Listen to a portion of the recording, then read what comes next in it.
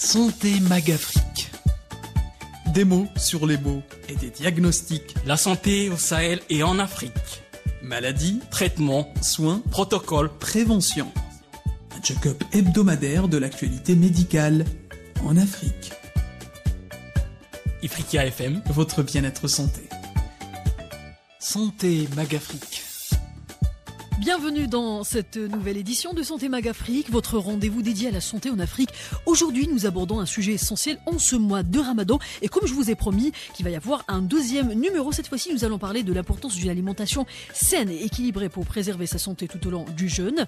Mais aussi, nous allons répondre aux questions: quels sont les bienfaits et les risques du jeûne sur l'organisme? Comment adapter son alimentation pour éviter les carences et la fatigue? Et pour en parler, nous recevons le docteur Ilyes Ahamouk, infectiologue.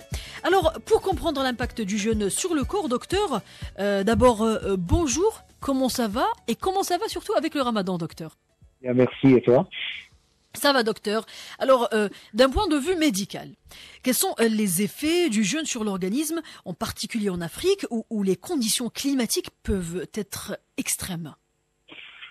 Alors, c'est vrai que la saison dépend là où on est. Dans la partie sud de l'Afrique, on est plutôt en automne, fin de l'été, début de l'automne. C'est le cas en Australie, par exemple, ou en Amérique du Sud. Donc, ça dépend où on est. Sur la partie nord-africaine, on est en plein hiver, donc ça va, il fait pas très très chaud. Oui. Enfin, je parle relativement. Hein. Mais pas partout. Il y a des zones où il fait partout. chaud. Il y a des zones où même en hiver, il fait quand même 30 degrés dans les zones tropicales, qu'elles soient africaines ou pas. Donc, il faut vraiment relativiser. Par rapport aux effets du jeûne, on va parler des effets négatifs parce qu'elles sont plus rares. C'est surtout lié aux conditions climatiques. Quand il fait très chaud, quand il fait très humide, on a tendance à se déshydrater, notamment si on travaille dehors.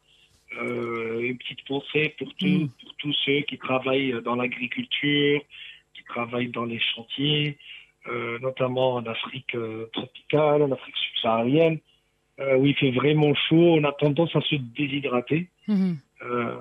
Donc il faut vraiment faire attention pour ces métiers-là, surtout quand on est une personne âgée, une personne qui a une maladie chronique. Et dans la religion, dans le Coran, c'est bien écrit. Si le jeûne devient une menace pour la santé, on peut l'arrêter et le remplacer après. Donc ça, c'est clair et net. Oui. Le jeûne ne doit jamais être un danger pour la santé.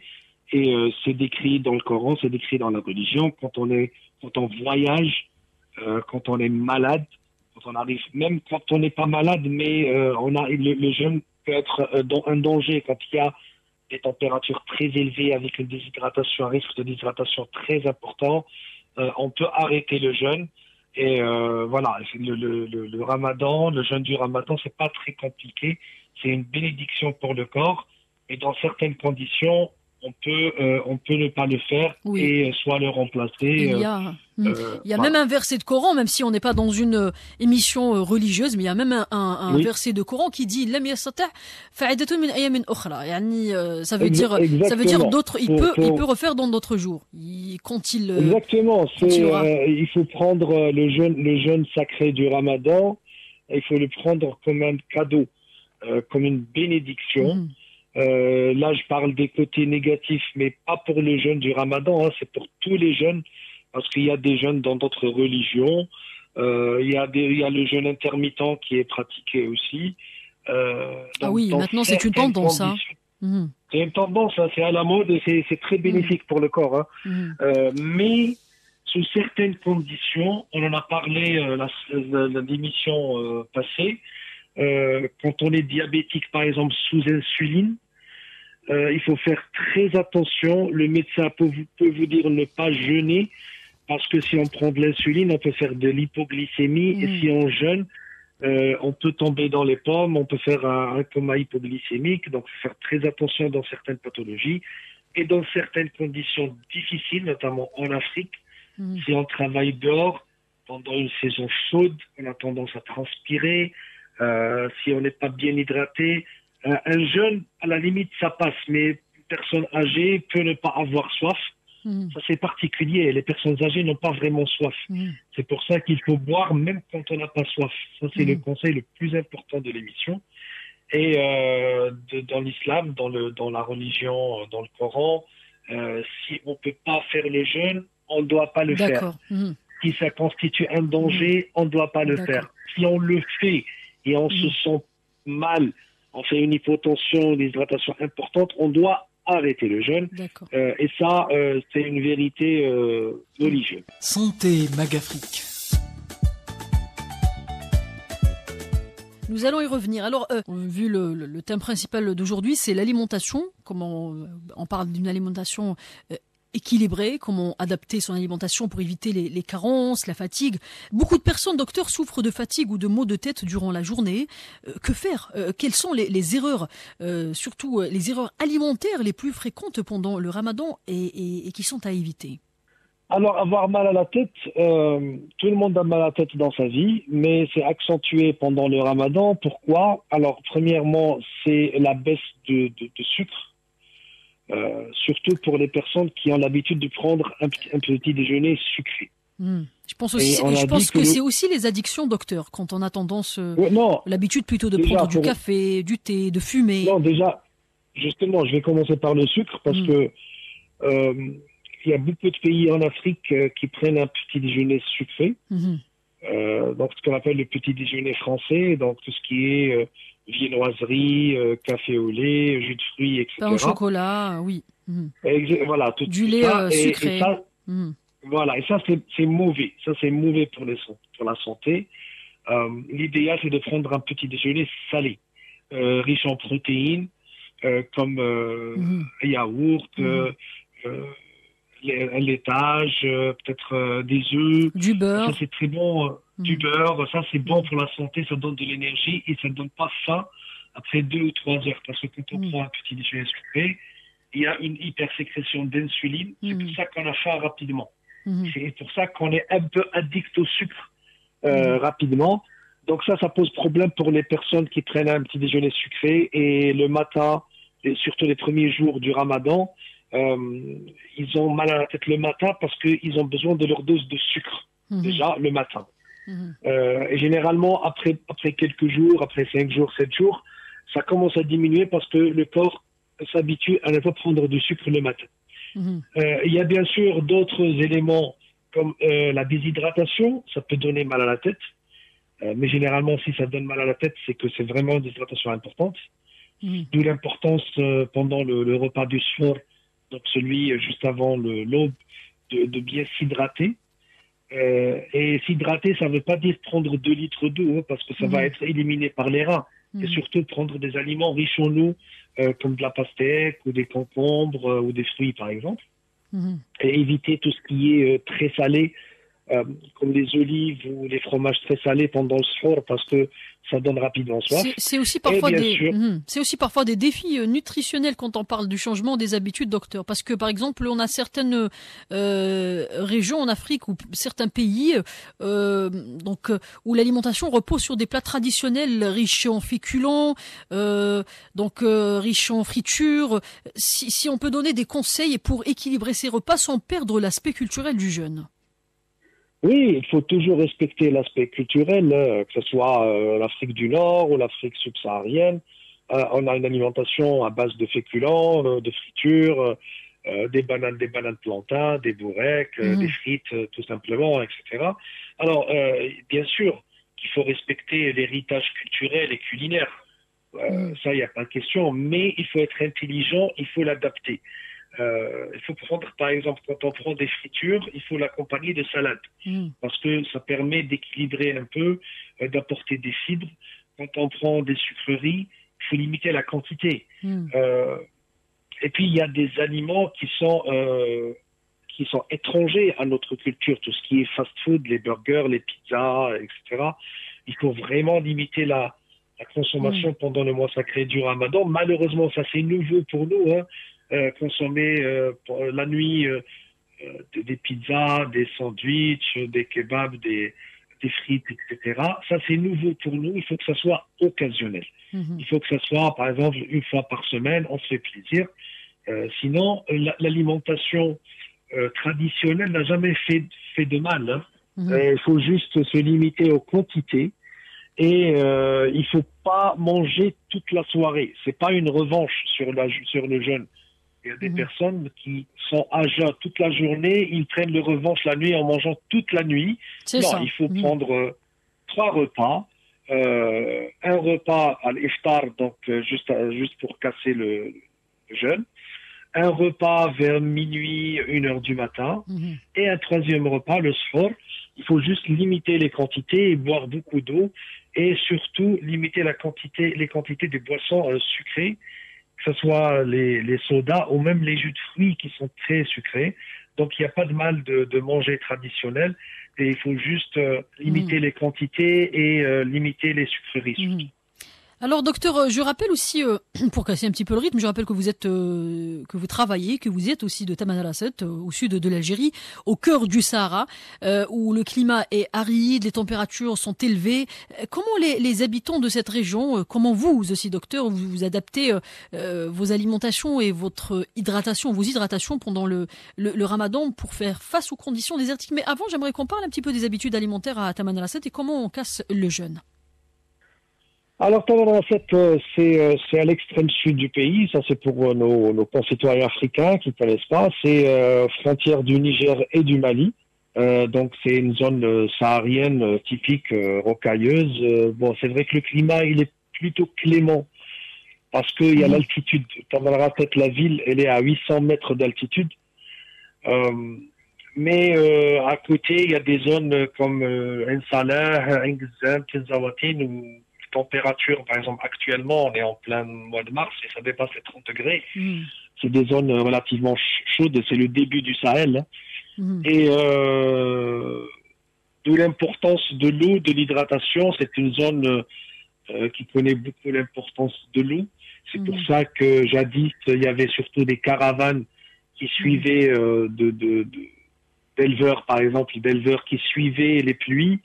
Donc, il était au sud de l'Algérie, puis au nord du Mali, au nord du Niger, parce qu'on suivait l'eau. L'eau était tellement précieuse, que ce soit pour l'homme, que ce soit pour le bétail, qu'il y avait des caravanes pour suivre les pluies, les saisons de pluie, etc. Pour l'alimentation, il faut dire qu'on n'a pas une alimentation qui est très diversifiée, qui est très riche. C'est surtout à base je parle de l'alimentation traditionnelle, je parle pas de maintenant.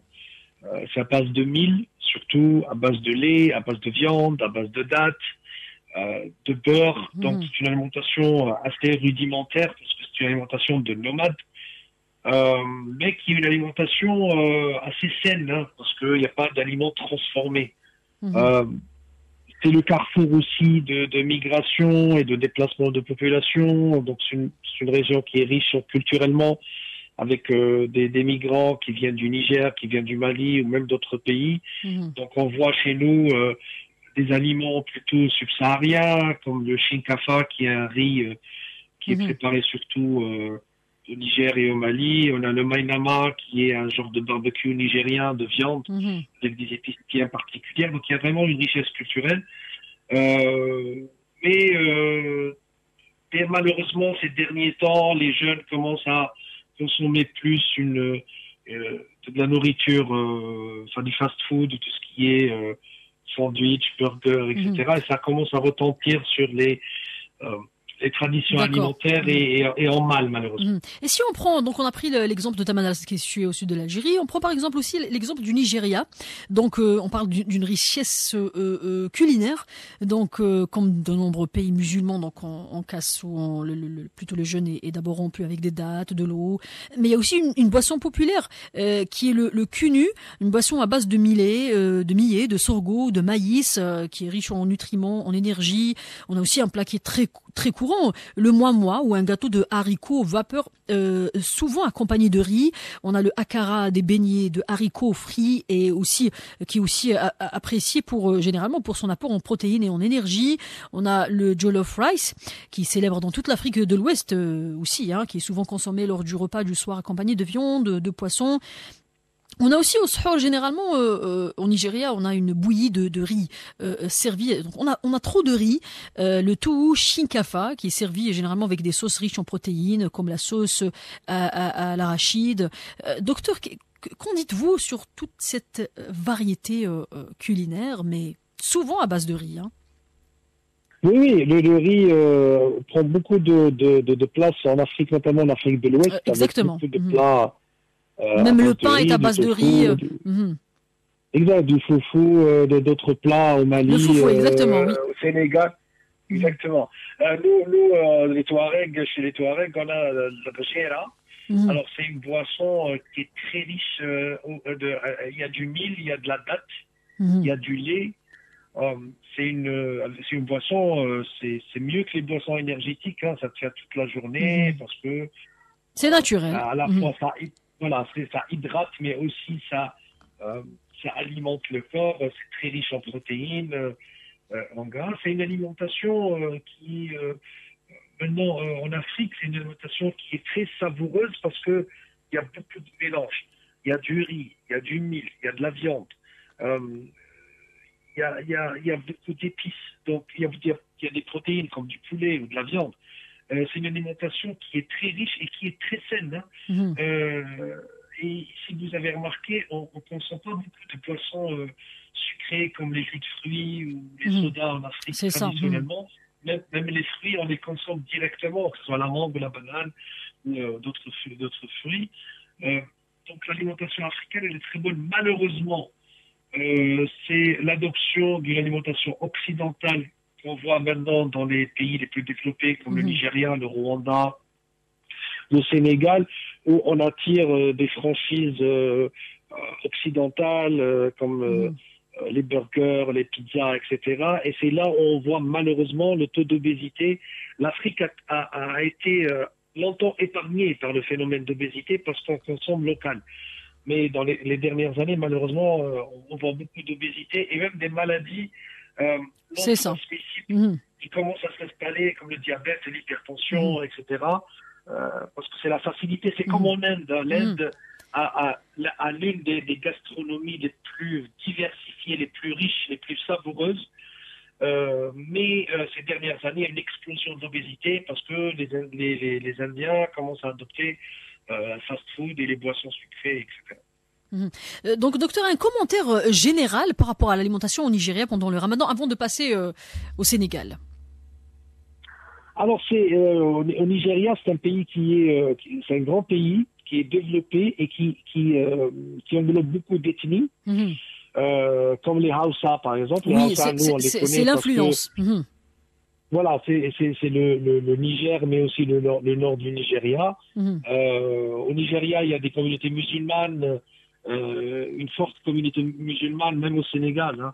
Hein. Donc, ils respectent le Ramadan, ils font le jeûne, tout en adaptant leur alimentation à l'alimentation naturelle nigériane, qui est très riche avec des bananes, du riz, du mil, de la viande, des arachides. Alors les arachides, c'est excellent pour la santé, parce que ça ramène du bon gras, ça ramène du très bon gras. Vaut mieux consommer des arachides ou des avocats ailleurs que consommer de la margarine ou des huiles industrielles, etc. Donc c'est une alimentation qui est très riche, très diversifiée et qui est très saine. Il y a aussi le Sénégal qui est connu pour sa cuisine savoureuse et nutritive, mais généralement il a une culture culinaire basée sur le riz, comme le Nigeria, mais aussi le poisson, la viande, les légumineuses, ce qui assure un bon apport en protéines et en glucides. Donc il y a des plats aussi comme il casse aussi, ou bien il rampe aussi avec des dattes, de l'eau. Puis on a aussi le café Touba qui est un café épicé au poivre de Guinée qui donne selon eux de l'énergie. Il y a les Ngalak qui est une bouillie à base de mil, de pâtes, d'arachide et de baobab qui sont très consommés pour leurs bienfaits nutritionnels. Il y a le bissap, jus d'hibiscus et de gingembre qui sont des boissons rafraîchissantes riches en vitamines. Moi j'ai l'esprit en parlant, docteur, que c'est très très bon pour la santé, mais c'est à vous de me dire. C'est excellemment bon pour la santé, surtout l'hibiscus. Tu as cité l'hibiscus qui est très consommé. Le bissap, oui. Le bissap, c'est un jus d'hibiscus. Voilà, alors en Égypte et en Afrique subsaharienne, nous on a à Tamanrasset en Algérie beaucoup de vendeurs subsahariens qui vendent des fleurs d'hibiscus parce que c'est une fleur rouge séchée avec qui on peut faire soit des boissons chaudes, ce qu'on appelle le thé d'hibiscus, soit des boissons rafraîchissantes avec de l'eau et un peu de sucre. C'est excellent pour la santé parce que c'est un produit naturel avec une belle coloration rouge naturelle et qui a des bienfaits. Ça fait baisser le cholestérol, ça fait baisser la tension artérielle et c'est largement consommé en Afrique subsaharienne à raison. Je rappelle que moi je suis Touareg et les Touaregs ils ont joué un rôle historiquement parce qu'ils ramenaient de la date de l'Algérie, parce que c'est un pays producteur de dattes, parce que la date c'est plutôt l'Afrique du Nord, hein, c'est plutôt l'Algérie, la Tunisie, l'Égypte, et ils ramenaient ça par des caravanes de N'Salah, qui est une ville productrice de dattes en Algérie, vers Semaqa, Temesna, c'est le nord du Niger, et ils faisaient du troc, donc ils ramenaient du mil de l'Afrique subsaharienne vers l'Algérie.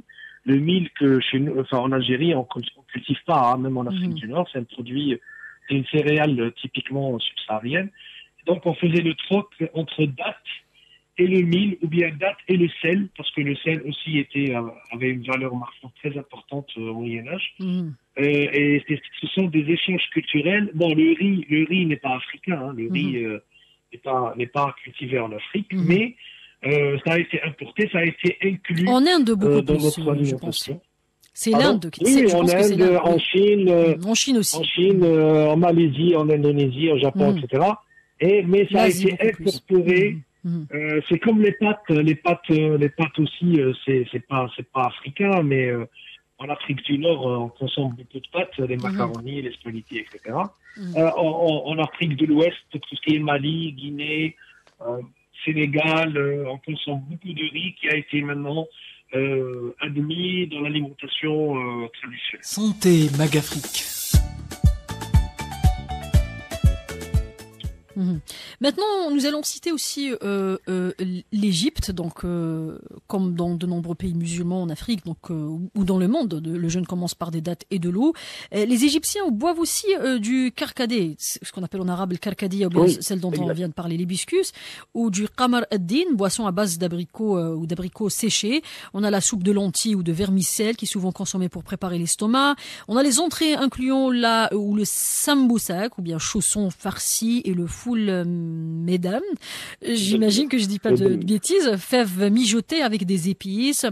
On a le dîner aussi, le mahchi, des légumes farcis de riz et de viande, qui est un plat prisé. Donc on voit que le riz est un peu partout. Le koshari, qui est un mélange de riz, de lentilles, de pois chiches et de pâtes avec une sauce tomate épicée. C'est un plat aussi populaire et qu'on cite ou qu'on juge de nutritif.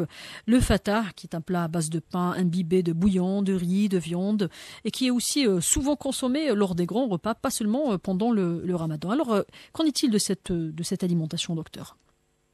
Alors moi, j'ai eu la chance de visiter l'Égypte il y a moins d'un mois. J'étais vraiment très chanceux pour le travail. Et j'ai découvert la gastronomie égyptienne. Donc j'ai pris du karkadé, qui est l'hibiscus. Il y a le mouloukhia aussi, c'est très bon pour la santé. Hein, c'est à base de plantes, c'est très nutritif, ils consomment beaucoup de riz. Et le koshari qui est très particulier parce que c'est un mélange, et c'est un plat vraiment populaire. Mais les Égyptiens, contrairement au pays du Maghreb, ont un petit déjeuner qui est assez riche parce qu'il y a le foul medemmes et les chèvres. Ils ont le tamia, c'est des fèves, c'est le falafel libanais et syrien, on appelle ça tamia. Ils consomment beaucoup de légumes, beaucoup de concombres, tomates, à l'instar des Syriens, des Turcs, etc. Donc ils ont quand même une alimentation très riche et très équilibrée, contrairement à beaucoup de pays maghrébins qui consomment beaucoup de pain, beaucoup de viennoiserie au petit déjeuner, et ça, il faudrait vraiment le modifier chez nous. D'accord. Et si l'on passe aussi vers la Tunisie, qui est un pays voisin de l'Algérie, où on se trouve actuellement, donc c'est comme tous les autres pays, le jeûne est rompu avec des dattes et du lait. Le plat incontournable, comme nous aussi, c'est la shorba, une soupe épicée à base de blé concassé, de légumes et de viande. Le blé concassé qu'on appelle le fric. Il y a les briques ou bien les feuilles de pâte croustillantes farcies aux œufs, au thon ou à la viande hachée. On a le leblebi aussi, qui est une soupe de pois chiches assaisonnée. Alors le leblebi, moi aussi j'ai eu l'occasion de le goûter. C'est un très très bon plat. Il est assaisonné à l'ail et au cumin et qui est également consommé dans certaines régions. Alors docteur, vous avez déjà visité l'Égypte ? Plutôt la Tunisie. Malheureusement non, mais j'ai consommé des plats tunisiens comme adja. Alors je vous conseille de consommer directement le leblebi. C'est une soupe de pois chiches assaisonnée. Elle est trop bonne. On vous met un œuf à l'intérieur. C'est à vous de tout mélanger et de couper le pain à l'intérieur. Donc qu'en pensez-vous ? On a aussi le couscous tunisien qui est souvent préparé avec de l'agneau, du poisson. On a le mloukhia qui est un ragoût de viande à base de corettes séchées. Je pense qu'elle est un petit peu différente de celle d'Égypte. Qu'en pensez-vous alors, docteur, de ces plats et de cette variété ? Ah oui, la Tunisie, ils ont quand même une particularité, c'est que c'est très élaboré, c'est très épicé, c'est très riche. Donc c'est tout bénef pour la santé. Moi, je suis toujours pour les plats traditionnels parce que ça a duré des décennies et ça a prouvé leur bienfaits. Moi, je suis toujours contre tout ce qui est plats importés, plats occidentaux. Bien sûr, il faut jamais interdire, ce n'est jamais interdit, mais il faut consommer vraiment avec modération. Mais notre gastronomie africaine très diversifiée, moi, je suis pour les échanges de culture. Tu vois que l'Algérie et la Tunisie, c'est deux pays voisins, mais ils ont des gastronomies différentes. C'est ce qui fait la richesse de notre continent. Moi, je suis pour, au lieu de consommer des burgers, des pizzas, plutôt consommer des foufous, de consommer le blavi, consommer le kchari. Ça nous permet de mieux nous connaître entre Africains. Et bien sûr, c'est de la nourriture qui est saine et qui est savoureuse. Il faut juste faire attention aux dattes, par exemple. Les dattes, c'est un excellent aliment, surtout pour casser les jeûnes. Mais il ne faut pas consommer beaucoup, c'est 3 à 5 maximum, parce que c'est très riche en sucre. Donc, tout est bon avec modération.